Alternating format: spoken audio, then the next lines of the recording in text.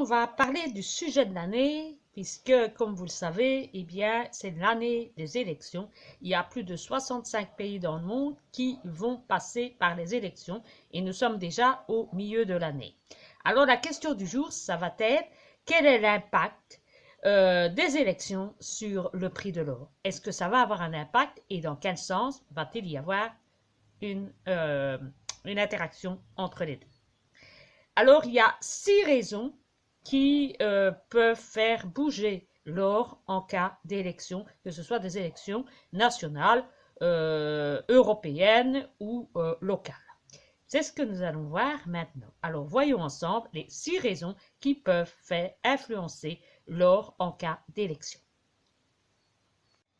Alors, le premier point, eh bien, ça sera au niveau de l'incertitude et de l'aversion au risque. En effet, avant les élections, bien, il y a toujours une certaine inquiétude. On ne sait pas très bien qui va être élu. On s'inquiète parce que c'est ça qui va avoir des répercussions sur la vie de tous les jours. Quelle législation va être prise, comment va être gérée l'économie, le commercial, etc. au niveau social. Donc, les résultats des élections, ça angoisse et l'après-élection également, puisqu'on risque d'être dans l'instabilité, puisqu'on ne sait pas à quelle sauce on va être mangé.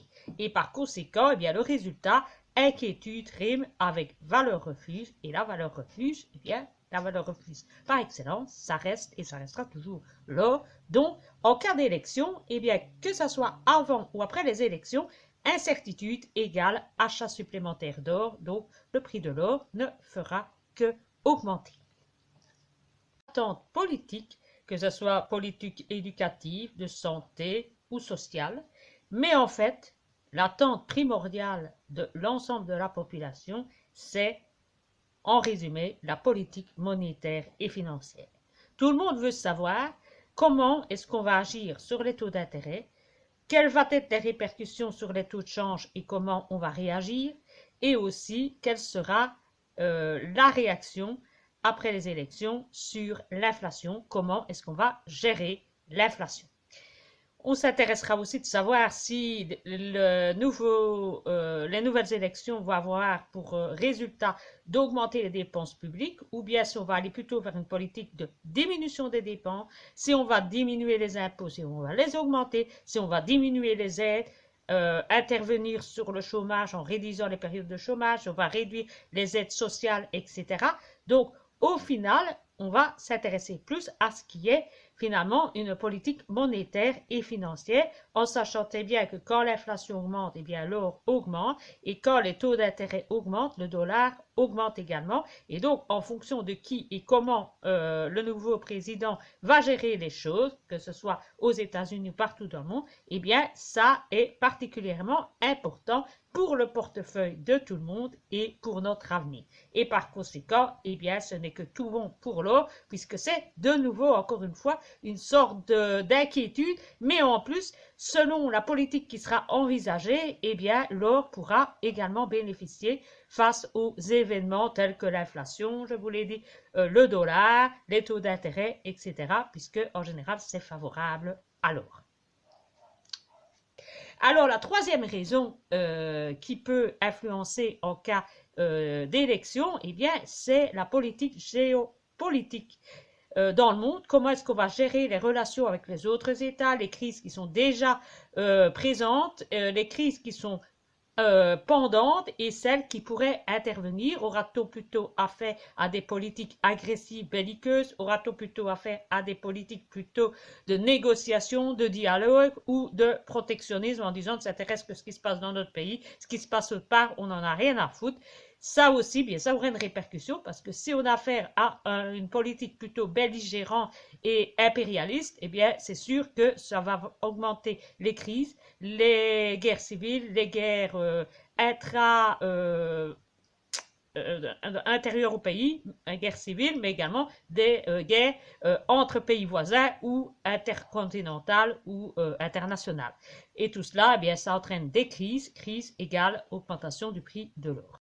Eh bien, l'or sera également impacté par la manière dont les élections celui qui sera élu va gérer la politique commerciale.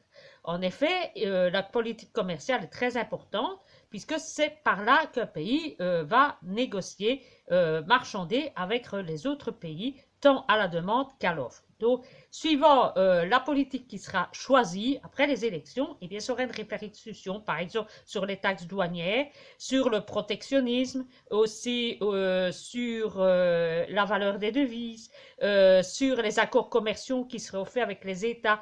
Évidemment, s'il y a des tensions, ben, il y aura moins d'accords commerciaux. Il y aura aussi, si on intervient avec des embargos, etc.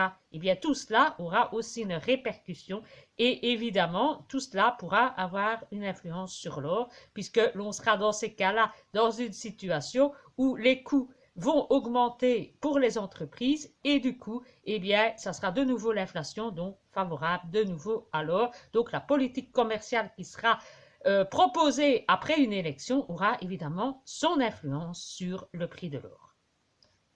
De tout cela, eh bien, va sortir un sentiment pour la population, un sentiment sur les marchés. Et ce sentiment-là, eh bien, il va être soit favorable ou soit défavorable.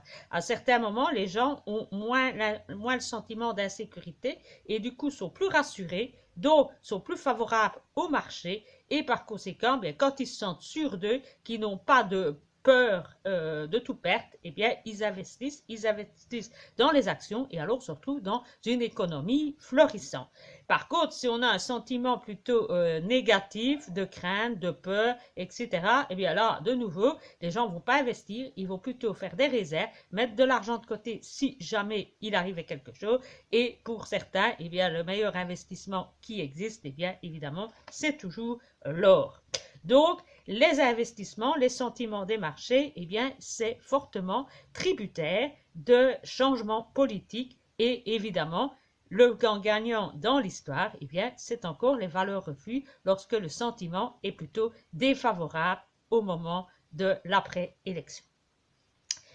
Le dernier point qui est favorable alors en cas d'élection, c'est évidemment la répercussion que le changement politique peut avoir sur les devises.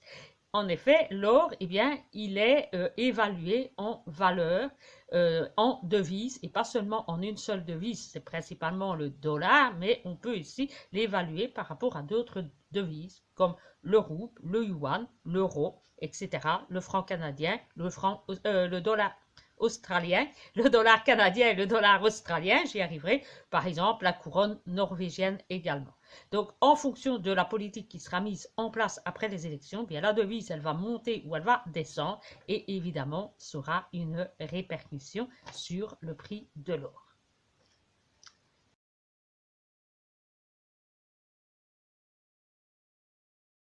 Alors, que peut-on en tirer? Est-ce que l'or va augmenter ou diminuer au cours des élections et principalement de l'élection que l'on attend le plus, c'est celle des États-Unis qui aura lieu en octobre prochain.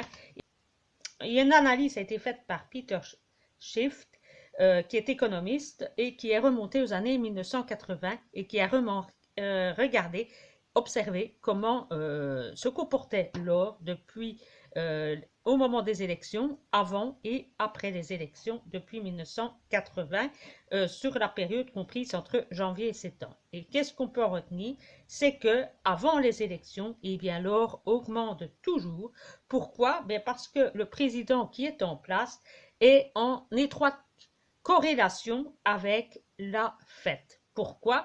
Parce qu'ils vont essayer, eux deux, de montrer à l'électorat en présence que leur politique en place a été fructueuse et ils vont arriver à prouver l'illusion d'un sentiment de richesse, de prospérité et que leur politique a été bonne et qu'ils ont réalisé les objectifs qu'ils s'étaient fixés au début de leur mandat. Pourquoi? Ben, tout simplement parce que les membres de la Fed, s'ils veulent rester en place, ce qui est toujours le cas, eh bien, ils ont tout intérêt à prouver que tout a été bien mené, parce que si c'est le candidat adverse qui arrive au pouvoir, eh bien, ils sont sûrs qu'ils ne sont pas réélus. Et comme ils ont envie de rester au pouvoir, ben, ils vont tout faire pour montrer que tout va bien et que la gestion de la politique tant international qu'à l'intérieur du pays au niveau économique et social, a été un succès et qu'ils ont fait tout ce qu'il fallait et que personne n'aurait fait mieux qu'eux pour garder l'illusion de la prospérité. La généralité est que l'or va baisser dans les 2 semaines qui suivent.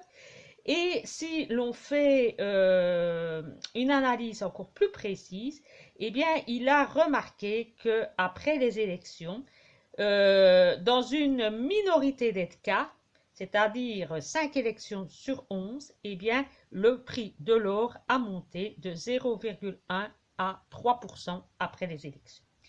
Et les 9 élections sur 11, donc plus, ont été plutôt à la baisse et la baisse s'est située entre 1 à 12% et le 12% est le résultat en fait de la fameuse crise financière qu'il y avait eu en 2008. Donc elle est un peu exceptionnelle, donc on ne va pas en tenir compte, mais on peut quand même dire qu'il y a plus de baisse après les élections que de montée.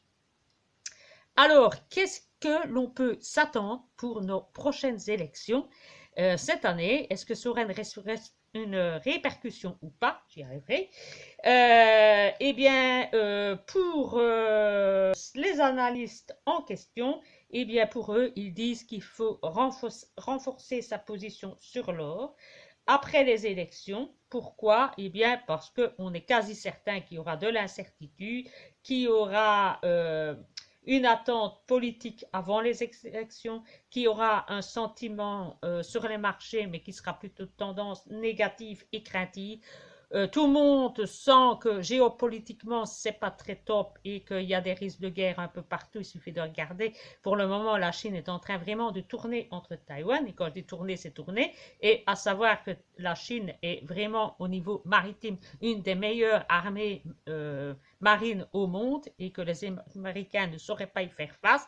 Donc, c'est assez inquiétant pour le moment. Donc, on a cette crise-là en plus qui pourrait arriver. Les devises, ben, elles sont en train de balloter un peu, même si le dollar est en train de se renforcer, mais c'est une illusion aussi, puisqu'il ne se renforce pas, mais en fait, il baisse moins que les autres monnaies.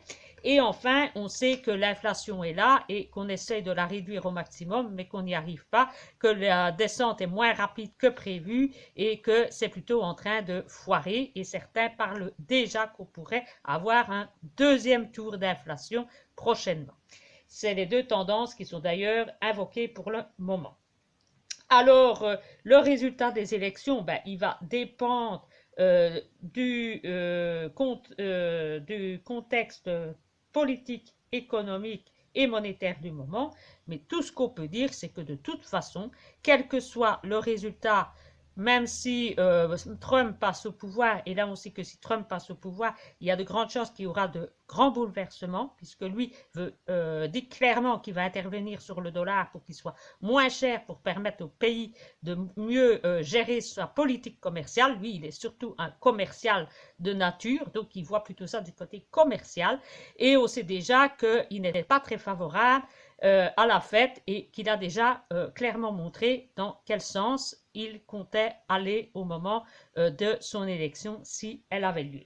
Donc par conséquent, ben, des crises, de l'angoisse, des inquiétudes, une instabilité géopolitique, de l'inflation qu'on ne parvient pas à gérer comme on voudrait gérer, les devises qui sont en train de fluctuer et un sentiment général qui est négatif, que peut-on dire? Eh bien, c'est que tout est au point vert pour l'or pour les prochains mois et les prochaines années et donc tout le monde est plutôt favorable et est plutôt de tendance à dire qu'on devrait renforcer sa position sur l'or et qu'on pourrait le faire avant les élections comme après parce qu'il y a de grandes chances que l'or a plus de chances de monter que de descendre, mais restons néanmoins prudents car la situation dans le monde est toujours assez mouvementé, flou et on ne sait jamais du jour au lendemain vers où on va. Ça peut être de nouveau une crise avec la Chine, ça peut être un incident, un attentat qui peut tout venir bouleverser.